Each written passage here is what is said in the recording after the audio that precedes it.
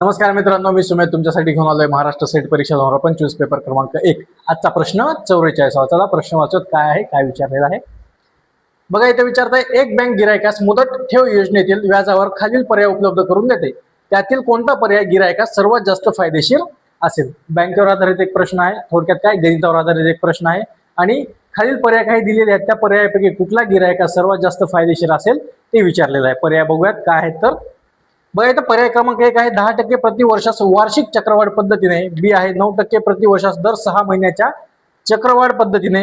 C आहे 8% प्रति वर्षास दर 3 महिन्याच्या चक्रवाढ पद्धतीने आणि डी आहे 7% प्रति वर्षास दर महिन्याच्या चक्रवाढ पद्धतीने. आता इथं फक्त व्याजाचे दर दिलेले आहेत आणि ह्या व्याजाचे दर जर आपण नीट बघितलं तर आपल्याला सर्वात जास्त दर कुठे दिसतो? पर्याय क्रमांक 1 मध्ये दिसतोय. आणि ही काय आहे? चक्रवाढ पद्धतीची रचना आहे. म्हणजे इथं जर चक्रवाढ पद्धतीचं सूत्र आपल्याला माहित असेल तर आपण हे सोडवू शकतो. चक्रवाढ पद्धतीचं सूत्र काय आहे बघा, काय सांगितलेलं आहे चक्रवाढ पद्धतीमध्ये.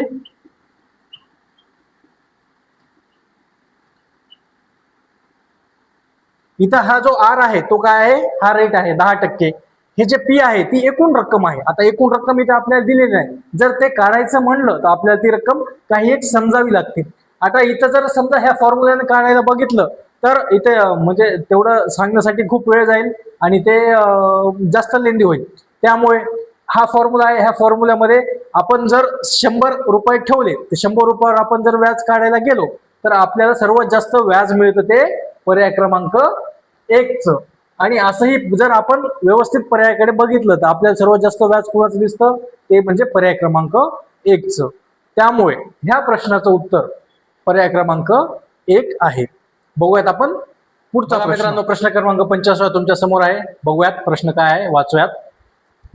बघा, इथे विचारलंय, एका काटकोन त्रिकोणामध्ये कर्ण h सेंटीमीटर, पाया 20 सेंटीमीटर व उंची 30 सेंटीमीटर आहे, तर खालीलपैकी कोणते गुणोत्तर सर्वात मोठे आहे? काटकोन त्रिकोणावर आधारित प्रश्न आहे आणि त्यावर विचारले आपल्याला काय ते सर्वात सोपं की खालीलपैकी कुठलं गुणोत्तर सर्वात मोठं आहे. आता ह्यासाठी आपल्याला काय माहित पाहिजे? काटकोन त्रिकोण माहिती पाहिजे आणि तो सर्वांनाच माहिती असेल, कारण आपण लहानपणापासून वाचलेला आहे, ऐकलेला आहे. पायथागोरसचा प्रमेय किंवा काटकोन त्रिकोण म्हणजे ज्या कोणाचा 1 अंश 90 डिग्रीचा असतो तो कोण असतो? काटकोन त्रिकोण असतो. चला आपण काटकोन त्रिकोण काढून ह्या किमती टाकून बघूयात कुठलं गुणोत्तर सर्वात मोठं येतं. बघा, साधारणपणे अशा प्रकारचा काटकोन त्रिकोण असतो. आता ह्याच्यामध्ये काय म्हणलंय? कर्ण h सेंटीमीटर, पाया 20 सेंटीमीटर आणि उंची 30 सेंटीमीटर म्हणलेलं आहे आणि ह्याच्यावरून आधारित ह्यापैकी कुठलं गुणोत्तर सर्वात मोठं आहे ते आपल्याला काढायचं आहे. आपण काय करूयात? ह्याला अजून सोपं करूयात. म्हणजेच ह्याला आपण एक पायथागोरसच्या किमती देऊयात. त्रिकुट जे आहे त्या किमती देऊयात आणि त्यावरून बघूयात की कुठला गुणोत्तर सर्वात मोठं येतं ते. बघा, इथं कर्ण ह्याला किंमत दिली मी 5, पाया 3 आणि उंची 4. हे काय झालं? एक आपलं पायथागोरसचं त्रिकूट झालं, ज्यामध्ये कर्ण वर्ग हा पाया वर्ग आणि उंची वर्गांच्या बरोबरीचा असतो. आता ह्या किमती आपण ह्या गुणोत्तरात ठेवून बघूयात काय उत्तर येतं ते. बघा, आता इथं h डिवायडेड बाय t म्हणलेला आहे. h किती आहे? 5. t किती आहे? 4. 5/4.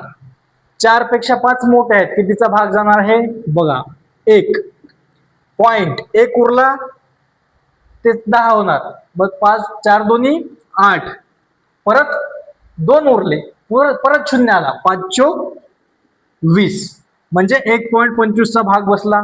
आता इथं बघा, b बाय टी, b किती आहे? 3. t किती आहे? 4. आता 4 पेक्षा 3 छोटे आहेत म्हणून सरळ भाग जाणार नाही. भाग किती जाणार? 0चा. ठीक आहे, बर, हे इथंच ठेवूयात आपण. 0चा भाग बसला म्हणजे ते गुणोत्तर नसणार. t बाय h, t किती आहे? 4. h किती आहे? 5. आता 5 पेक्षा 4 छोटे आहेत म्हणून कितीचा भाग जाणार? परत 0चाच भाग जाणार. त्यानंतर b बाय h, b किती आहे? 3. h किती आहे? 5. 5 पेक्षा 3 अजून छोटे आहेत त्यामुळे कितीचा भाग जाणार? 0चा. बघा, आता इथं फक्त 1चा भाग गेलेला आहे आणि बाकी सगळीकडे 0चा भाग गेलेला आहे. त्यामुळे साहजिकच कुठलं गुणोत्तर मोठं असणार बरं? यस, पर्याय क्रमांक A, जे काय आहे h बाय टी, हे गुणोत्तर सर्वात मोठं असणार आहे. बघूयात 46 प्रश्न क्रमांक 46 तुमच्या समोर आहे. वाचूयात काय आहे तो. बघा, खालील विधानांच्या आधारे काढलेले पुढीलपैकी कोणते निष्कर्ष उचित आहेत? विधान 1, सर्व करदाते प्रामाणिक आहेत. विधान 2, सर्व विद्यार्थी प्रामाणिक आहेत. आता ही सिलॉजिझम मेथडवर दिलेला प्रश्न आहे आणि हे जे काही विधान दिलेले आहेत ह्या विधानावर खाली काही निष्कर्ष काढलेले आहेत. त्या निष्कर्षापैकी कुठलं निष्कर्ष उचित आहे, योग्य आहे, बरोबर आहे ते आपल्याला शोधायचं आहे ह्या पर्यायांच्या माध्यमातून. विधान वाचलेलं आपण, निष्कर्ष वाचून घेऊयात. बघा, निष्कर्ष 1 म्हणते काही करदाते प्रामाणिक नाहीत. निष्कर्ष 2, काही विद्यार्थी करदाते आहेत. आता हा प्रश्न सोडवायचा म्हणजे आपण आकृतीच्या माध्यमातून हा प्रश्न सर्वात सोप्या पद्धतीने सोडवू शकतो. त्यालाच आपण काय म्हणतो, व्हेन डायग्राम उकल. बघा, आता ह्या विधानाची आपण व्हेन डायग्राम काढूयात. बघा कशी काढायची. विधान 1 काय म्हणलंय, सर्व करदाते प्रामाणिक आहेत. आता जर समजा कुठे काढू, इथे बघा, सर्व करदाते हे करदाते आहेत. आता हे सर्व करदाते कसे आहेत, प्रामाणिक आहेत. हे पूर्ण सर्व करदाते कोण आहेत, प्रामाणिक आहेत. काढलं. आता हे झालं विधान 1. विधान 2 काढूयात, सर्व विद्यार्थी प्रामाणिक आहेत. आता हा प्रामाणिक ह्याच्यामध्येच कुठे ना कुठेतरी कोण असणार आहेत, विद्यार्थी असणार आहेत. इथं काढूयात आपण, सर्व विद्यार्थी कसे आहेत, प्रामाणिक आहेत. बरं, ठीक आहे. आता इथं करदाते पण भेटतं आणि विद्यार्थी पण भेटतं, म्हणजे करदाते आणि विद्यार्थी हे एकमेकांमध्ये असू शकतात. ठीक आहे, आपण तशाही पद्धतीनं एक व्हेन डायग्राम काढूयात. हे झाले करदाते, हे पूर्ण प्रामाणिक आणि हे विद्यार्थी. ठीक आहे. आता आपण पर्याय वाचूयात काय आहे आणि ह्या पर्यायापैकी कुठला पर्याय उचित आहे ते आपण आपल्या आकृतीच्या माध्यमातून शोधून काढूयात. बघा, पर्याय ए मध्ये काय म्हणताय, एक फक्त निष्कर्ष एकच उचित आहे. आता निष्कर्ष 1 काय म्हणले, काही करदाते प्रामाणिक नाहीत. कसे काय नाहीत बरं?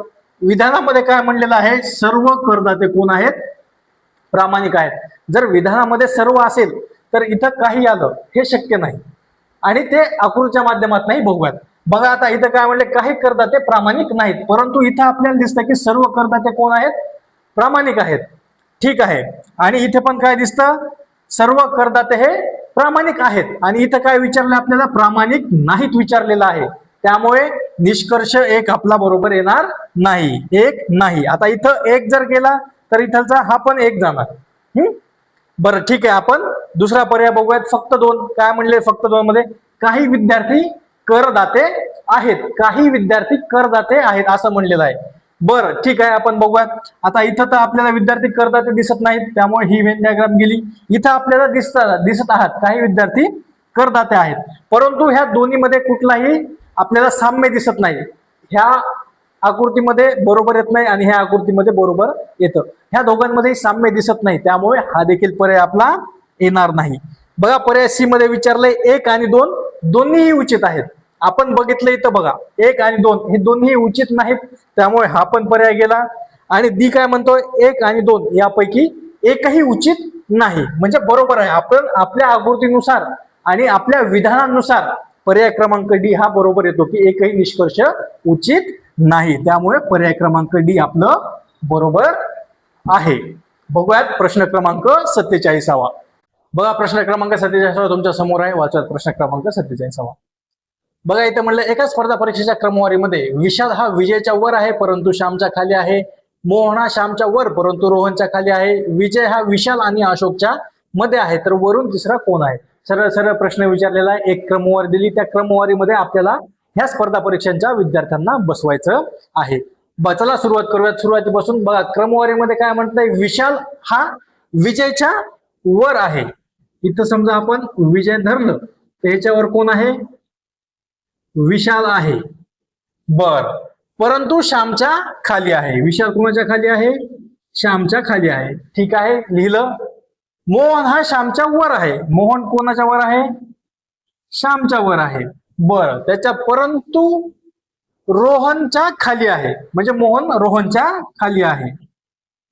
ठीक आहे. विजय हा विशाल आणि अशोकच्या मध्ये आहे. कुठे गेला, विजय हा विशाल आणि अशोकच्या मध्ये आहे, म्हणून अशोक इथे येणार. काय विचारलेलं आहे, तर वरून तिसरा कोण आहे विचारलेलं आहे. वरून पहिला रोहन, दुसरा मोहन, तिसरा कोण आहे, श्याम आहे. पर्याय क्रमांक डी उत्तर भेटलेलं आहे आपल्याला. वरून तिसरा कोण आहे, श्याम आहे.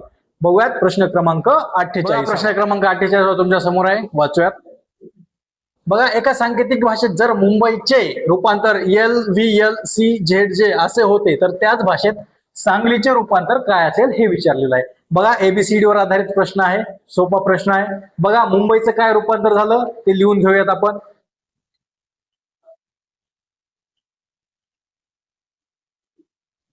सरळ सरळ दिलेलं आहे, एमच्या जागी काय घेतलंय, LCZJ.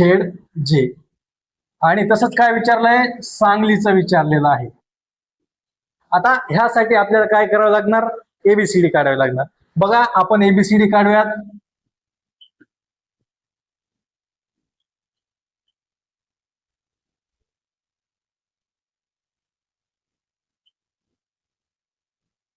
बघा, ही ABCD काढली. आता मुंबई साठी L कसं काय घेतलं ह्याचा क्रम आपण शोधूयात. बघा, M कुठे आहे, M इथे आहे. L कुठे आहे, लगेच इथे आहे, म्हणजे एक मागे गेलेला आहे. ठीक आहे, पुढचं बघूयात. U कुठे आहे, U च्या जागी काय घेतलं, V घेतलं. U इथे आहे, V इथे आहे, म्हणजेच काय, +1 घेतलं. बघा, -1 +1. पुढचं एक बघूयात. M साठी काय घेतलं, परत L घेतलं, म्हणजे +1 -1 +1 -1 +1. ह्या क्रमानं ही सिरीज पुढे जात आहे. मग सांगलीचं तसंच आहे का बघूयात. बघा, S कुठे आहे, R येतं. ठीक आहे, आता -1 +1. आता याच्या नंतर +1 काय आहे, B. बघा, आता काय येणार, -1. N किती आहे, N कुठे आहे, N च्या नंतर -1 काय येणार, M. RBM वाला कुठला पर्याय दिसतो का, बघा इथं RZO, TZM, RBM, RZM. Yes, RBM वाला पर्याय आपल्याला भेटला. आपण इथेच स्टॉप करणार का, कारण आपल्याला असे प्रश्न सोडवायला वेळ लागतो, वेळ खाऊ असतात. त्यामुळे पर्यायामध्ये जर उत्तर भेटत असेल तर पुढे कशाला जायचं, तेवढेच तुमचे 10-12 सेकंद वाचतात. आणि ही जी काय ABCD आपण आता लिहिली, ही ABCD तुम्ही परीक्षेत गेल्या गेल्या तुमच्या रफ पेजवर लिहून काढायची, कारण तेवढा वेळ असतो आपल्याला. आन्सर शीट येईपर्यंत आपण ABCD लिहून काढू शकतो, तेवढंच आपल्याला परीक्षेमध्ये वेळ वाचतो. बघूयात 49वा प्रश्न. बघूयात, प्रश्न वाचूयात काय आहे तो. बघा, इथे विचारलंय, रागिनी पूर्वेकडे तोंड करून 10 मीटर चालते, नंतर ती डावीकडे वरून 12 मीटर चालते, नंतर ती उजवीकडे 45 डिग्री वळून 15 मीटर चालते. तर ती सुरुवातीपासून एकूण किती अंतर चालली आणि ती कोणत्या दिशेला सामोरे उभी आहे. दिशा ज्ञानावर आधारित हा प्रश्न आहे मित्रांनो. खूप सोपा प्रश्न आहे. ह्यासाठी तुम्हाला फक्त दिशेचं ज्ञान असणं गरजेचं आहे. बघा, आपण लहानपणापासून दिशा माहित आहेत आपल्याला.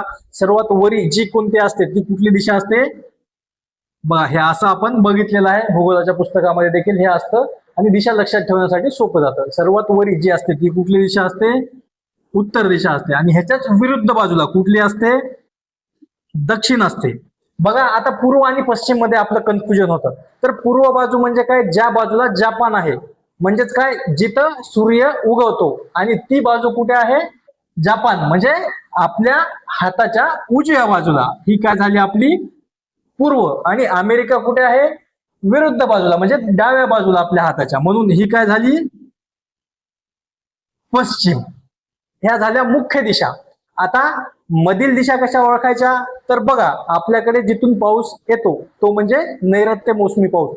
तो कुठून येतो, तर भारताच्या दक्षिणेकडील टोकाकडून, म्हणजेच कुठून येतो, इकडून येतो. म्हणून ही दिशा काय झाली, नैऋत्य. मग ह्याच्याच विरुद्धची ही काय झाली, ईशान्य, ज्याला आपण ईशान्य भारत म्हणतो. आसाम, मिझोराम, मेघालय, त्रिपुरा, नागालँड. बरं, मग त्याच्यानंतर काय, वायव्य, तर उत्तरेच्या बाजूची ही कुठली झाली, वायव्य, ज्या बाजूला अफगाणिस्तान आहे ती. आणि उरली एकच, ती म्हणजे कुठली, आग्नेय. तर ह्या झाल्या मुख्यतः आपल्या दिशा. आता ह्या दिशानुसार आपण आपल्या प्रश्नाला बसूयात. बघा, आता रागिनी पूर्वेकडे तोंड करून 10 मीटर चालते. पूर्व बाजू ही आहे, म्हणून ह्या बाजूला रागिनी किती चालते, 10 मीटर चालली. ठीक आहे, पुढे वाचूयात. नंतर ती डावीकडे वळून 12 मीटर चालते. आता ह्या बाजूला रागिनीचं तोंड आहे, माझं तोंड ह्या बाजूला आहे, मग माझी डावी बाजू कुठली असणार, साहजिकच ही बाजू. मग रागिनी कुठे चालते, डावीकडे वरून 12 मीटर चालते.